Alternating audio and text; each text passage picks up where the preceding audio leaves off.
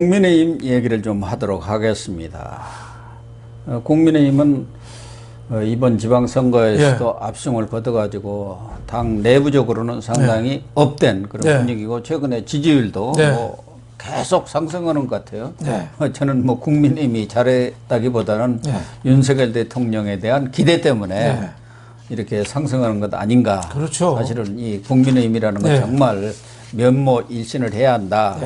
그런 생각을 갖고 있습니다만은 그런데 최근에 국민의힘의 이준석 대표하고 정진석 국회 부의장 간의 거친 언쟁이랄까.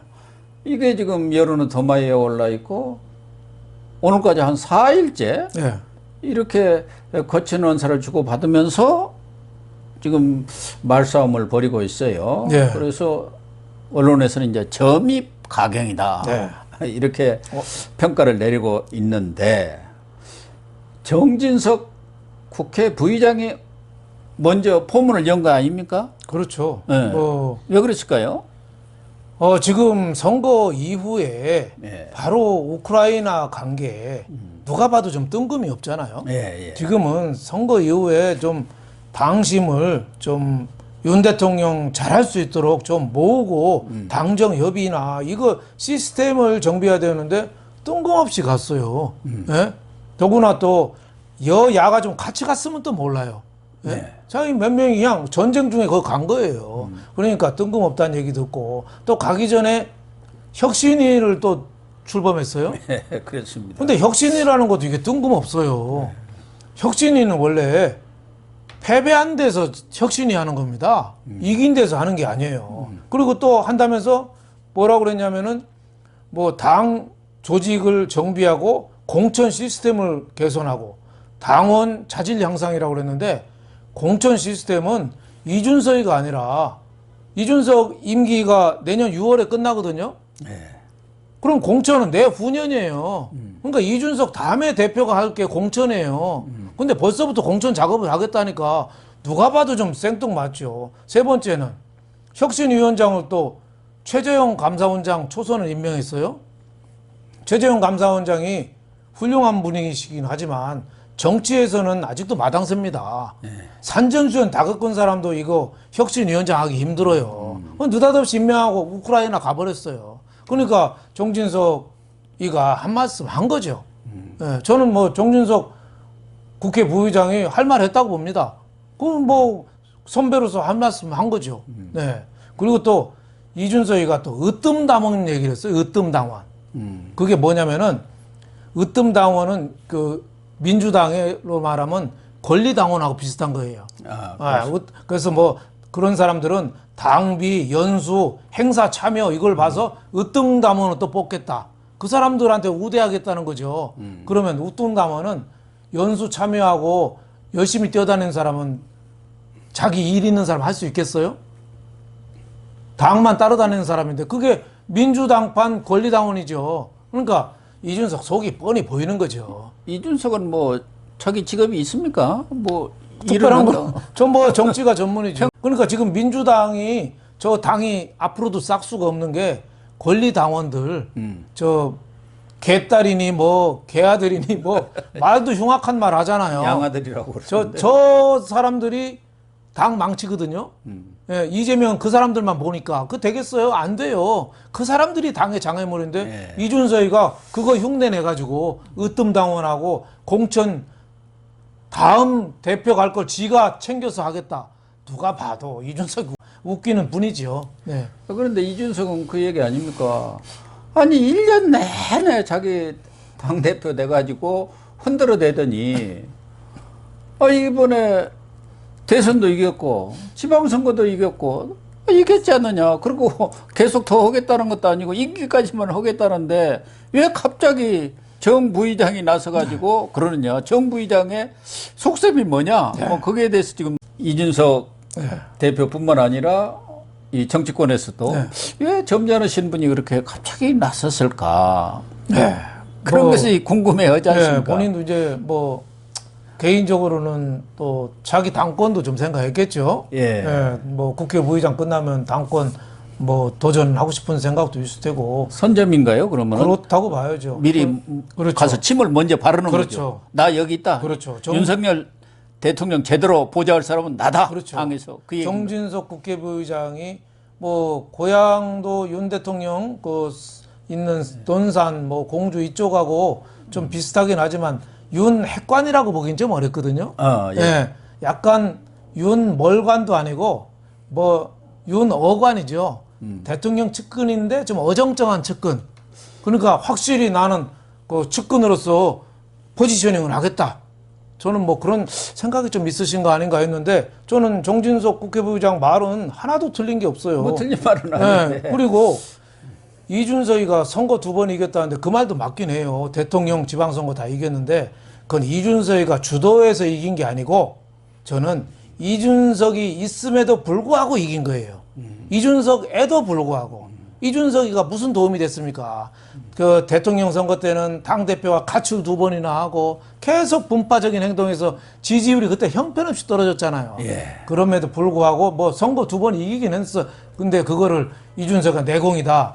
저는 이준석이가 좀 말이 좀 할 소리가 있고 안 할 소리가 있는데 선배한테 용모방망이 들고 물론 뭐 꼰대라고 하면 할 말은 없습니다만은 그런 뭐 개가 짖어도 개소리는 안 했지만은 뭐 기차는 간다. 그게 어차피 YS가 뭐 개가 짖어도 기차는 간다 그 얘기 했잖아요. 그러니까 어차피로 예. 바꿨죠. 예. 개가 지도서를.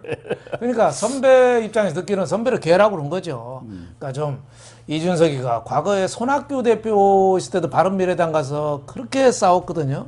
거의 노인네를 완전히 동네 거의 치매 환자로 몰아버렸어요. 예? 그 이후에는 또 윤석열 대통령 후보랑도 그렇게 많이 다툼을 하고 엄청나게 다퉜죠. 엄청나게 그 윤 대통령이 곤혹을 치렀습니다. 예차하면 가출해버렸잖아요. 그렇죠. 그 외에 또 지방으로 돌아다니고. 안철수도 얼만큼 개망신 줬어요. 그러니까 기본적으로 이준석은 분열과 대립의 상징이다. 그리고 젊은 정치인이면은 좀 프레시해야 되는데 너무 낡은 정치만 배웠다. 그래서 낡은 정치, 참신한 정치가 나이 순으로는 저는 하면 안 된다고 봐요. 대가리 속에 뭐가 들었냐 이게 기준이 돼야 된다고 봐요. 아무리 늙어도 생각이 젊으면 젊은 청년이죠. 예. 이준석은 저는 늙은 꼰대 정치인이라고 봅니다. 근데 이준석은 그렇게 얘기했대요. 안철수 얘기가 나왔으니까 안철수 의원이 됐죠. 예. 그렇게 분당갑에서 당선이 됐는데 지도부 어떤 사람도 문자 한마디, 축하 문자 한마디 없더라. 네. 이게 말이 되느냐 하니까 이준석은 아니 이번 지방선거에서 무슨 역할을 했습니까? 총괄 선대위원장 맡으라니까 전화도 안 받더니 그렇다고 해서 경기도에 무슨 이겼습니까? 뭐 이렇게 나오고 또 정진석 부의장에 대해서도 그 윤핵관이라는데 내가 우크라이나 간 상황에 대해서 전혀 파악을 못하고 있는 것 같다. 윤핵관 맞나? 이렇게 지금 나온 거 아닙니까?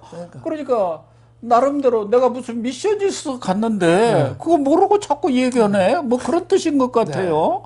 그래서 이준석도 만만치 않게 지금 받아치고 있습니다. 아유, 뭐 팩트 하나하나 꼬박꼬박 갖고 달려들죠. 그때 그 안철수 후보가 그 당시에 그 지방선거 선대위원장 안 한 거는 그 전에 이준석이가 계속 자극을 했거든요. 그렇죠. 네, 그러니까 이제 안철수는 성질이 난 거죠. 그래서 안 한 거를 경기도 졌으니까 그거 네 책임 아니야? 뭐 이렇게 얘기한 거죠. 그리고 또 정진석 국회 부의장에 대해서도 사사건건 뭐 여러 가지 뭐 청탁을 한다 뭐 이런 식으로 팩트 갖고 거는데 사실 이준석도 따지고 보면은 이번에 뭐 정미경 최고위원 예. 뭐 당협위원장 중국 한 것도 다 이준석이가 자기가 쓱싹 한 거죠. 정진석 부의장도 얘기했잖아요. 그 쇼핑을 하게 만들었다. 당협위원장. 요리 갔다 저리 갔다. 자기 측근들 그냥 입 싹 닫고 후루룩 한 거예요. 낙지 왜 요새 산낙지 젓가락으로 껴가지고 호루룩 집어넣잖아요. 호루룩. 호루룩 한 거죠. 저기나 똥 묻은 개가 겨 묻은 개 나무란다고 저는 이준석 대표가 당의 대표면은 좀 절제를 할 줄 알고 예의도 좀 지킬 줄 알고 보수가 중요한 게 책임감이잖아요. 그래서 젊은 보수, 서민 보수, 미래 보수 이쪽으로 가야 되는데 너무 저는 기본이 좀 안 돼 있다 이렇게 봅니다. 그런데 이준석 대표는 또 아니 대표를 나이 순으로 할 것 같으면은 무슨 대표 선출할 거 있냐? 나이 순으로 해도 되지 않느냐 그 얘기고 오늘 또 사실은 정진석 부의장은 좀 이번 설전이 본인한테 그렇게 싹 유리하다고 이 전개 과정이 네. 생각했는지 발을 좀 뺐지 않습니까? 네. 선배로서 그냥 혼수를 하는 거고 좋은 얘기를 해준 건데 너무 이렇게 심하게 한다 그런 취지로 얘기를 하면서 네. 발을 뺐는데 오늘 이제 귀국길에 오르는 거예요.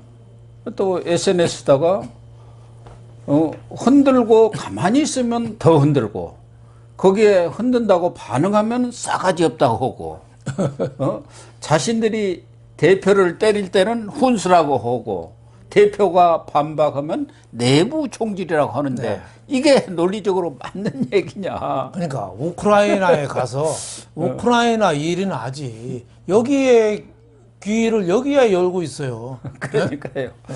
그러니까 조목조목 저렇게 따지고 하는 태도가 저렇게 우리나라 왜 2대남, 20대 남자 유권자들 한다고 그거 세게 얘기해가지고 결국 2대녀, 20대 여자들이 완전히 돌아섰잖아요. 예. 이준석도 저렇게 편가르기 정치하는 거 좀 고쳐야 된다고 보고 물론 정진석 의원도 말이 좀 거칠긴 했죠. 예? 그러니까요. 네, 그동안에 뭐 옛날에도 뭐 육모방망이로 뭐 뒤통수를 후려쳐야 된다고 그때 낡은 모수량에서 몇 년 전에 그런 얘기 했죠. 2017년 대선 그렇죠. 패배 후에 네, 좀 거칠긴 보수 세력의 그렇죠. 해가 되는 사람은 용모 방망이로 머리를 끄야 한다. 뭐 좀 이렇게. 거칠긴 했지만 그렇다고 해서 지금 육모방망이 또 사진을 올려가지고 저렇게 비난하는 태도 저는 이준석은 예의가 기본이 안 돼 있다고 봅니다. 그래서 당내에서도 의견이 두 갈래로 갈리는 것 같아요. 이준석의 그런 대응이랄까 맞대응 맞짱을 뜨자고 나서는 것은 아무리 당대표라고 하더라도 오선에 국민의힘에서는 최다선 중진 연배로 봐서도 뭐 한 26년 이렇게 차이가 나는 것에 대한 A가 아니고 지나친다. 도를 넘었다. 금도를 넘었다. 이런 얘기가 있는 것 같고 또 이준석을 옹호하는 측에서는 왜 이준석을 이 시점에서 그렇게 토사구팽을 하려고 하느냐. 어쨌든 결과야 그 과정이 어떻게 됐든 결과적으로 승리를 했는데 그 부분에 대해서는 인정을 하고 어느 정도 좀 어차피 내년 6월이고 그 이전에 또 뭐 임시 전당대회를 열어서 대표를 선출해도 자녀 임기만 하게 되어 있는데 실질적으로 효과가 없는데 미리부터 이렇게 나서는 것은 당내 권력 투쟁만 부추기고 나아가서는 지금 윤석열 대통령도 지금 착근을 해야 할 때 당이 시끄러웠어야 되겠느냐. 그러니까 집권당으로서 좀 무책임한 태도죠. 그 보수는 제일 중요한 게 책임지는 건데 무책임한 거죠. 저는 이준석이라는 사람이 저렇게 예민한 게 본인의 정치적인 상황도 그 유추해 볼 수 있죠. 24일 날 징계위 윤리위가 열리거든요. 거기서 징계를 받으면 자칫하면 대표를 더 못할 수도 있어요. 그래서 본인은 그만큼 위기의식이 크죠. 그러니까 성접대도 있지만 성접대 무마 의혹이 또 있거든요. 그렇죠. 근데 뭐 그게 저는 뭐 징계가 세게 나올 수는 없다고 봐요. 그게 뭐 증거가 수사를 해야 되는데 뭐 어떻게 압수수색 할 수 있는 것도 아니고 그렇다고 뭐 가로세로 연구소 그 주장을 가지고 뭐 증거로 들여질 수도 강용석이가 없는 뭐 떠들어서 뭐 그때 수사 무마한다고 뭐 7억을 제시하니 뭐 그랬다는 건데 뭐 증거가 없으니까 그건 그쪽 주장이죠. 그렇죠. 그거 무슨 보수 유튜버 그 구구적인 그런 주장을 가지고 무슨 징계 대상을 할 수는 없는 그렇지만은 거죠. 이제 이준석이가 거기에 대해서 굉장히 예민해져 있다고는 봐야죠. 그런 측면 때문에 지금 혁신이 띄우고 이렇게 자기 자구책 차원에서 우크라이나도 간 것 아니냐. 그런 추측도 있지 않습니까? 그렇죠. 그래서 이준석도 정치적인 또 목적이 있는 거고 또 정진석 의원도 또 앞으로 당권이라든지 당 뭐 여기 야심이 좀 있지 않겠어요? 당연히 야심이 있다고 봐야죠. 그 야심으로 해서 또 한 자락 깔은 건데 저렇게 또 몽둥이로 들고 달려드니까 좀 뭐 어떻게 보면 당황을 했다고 봐야 되겠죠. 그러니까 정진석 국회 부의장도 원래는 이제 원 구성 협상이 끝나면은 같이 부의장을 물러나야 하는데 정진석 부의장은 그때 민주당이 상임위 전체를 다 먹어버렸잖아요. 그래가지고 늦게 부의장이 취임을 했어요. 한 6개월. 그래서 연말까지는 부의장을 그대로 지키고 그 다음에 이제 다른 사람이 바톤 타치를 하는 것 같은데 지금 당내에서는 내년 이준석 이후 뭐 그게 빨릴지 늦을지 그건 알 수는 없습니다만은 물러난 뒤를 겨냥해서 정진석 그다음에 뭐 당연히 안철수 그리고 김기현 전 원내대표도 벌써 그렇죠. 조직화에 들어가 있지 않습니까? 거기다가 권성동 원내대표도 나도 좀 원내대표가 끝나고 나면은 당대표를 하겠다 그런 생각을 갖고 있다는 거예요. 그래서 권성동도 지금 강원도 대망론을 부르짖고 다닌답니다. 주변에. 왜 강원도라고 대통령 못하냐. 강원도만 지금 없다. 그렇죠. 그래서 사실상 이 부의장의 이런 발언 배경에는 이러한 당내 당권 투쟁이랄까 권력 투쟁 쟁탈전이 시작된 거다. 신호탄이 올린 거다. 이렇게 해석하는 게 주류인 것 같아요. 저도 뭐 그렇게 봅니다. 하지만 이제 여당 당 대표하고 국회 부의장이 또 이렇게 싸움이 낯뜨거운 거죠. 그럼요. 지금 할 일이 진짜 중요한 일을 해야 되는데 그거 안 하고 왜 너 설거지 하는데 고무장갑 꼈냐 안 꼈냐 이거 갖고 싸우는 거예요. 누구든지 빨리 설거지하고 문재인 정권 잘못한 거 빨리 설거지 해야 되잖아요. 그리고 새로 밥을 지어야 되잖아요. 근데 밥 지을 생각 안 하고 설거지 하는데 너 고무장갑 꼈냐 안 꼈냐 이거 갖고 싸우고 있잖아요. 그러니까 빨리 좀 정신 좀 차려야 된다 이런 얘기를 좀 하고 싶습니다. 이준석 대표도 자기 살 국리 이전에 뭐 지금은 윤석열 대통령한테 대드는 것은 없어요. 자기도 지금 칼자루가 져가지고 있으니까 꼼짝을 못 하는데 사실은 그 야가 어거지를 지금 쓰고 있잖아요. 법사위원장 다 자기들끼리 합의해놓고 그것까지 가지겠다 그런 상황이. 그럼 국회의장이라도 내놓다.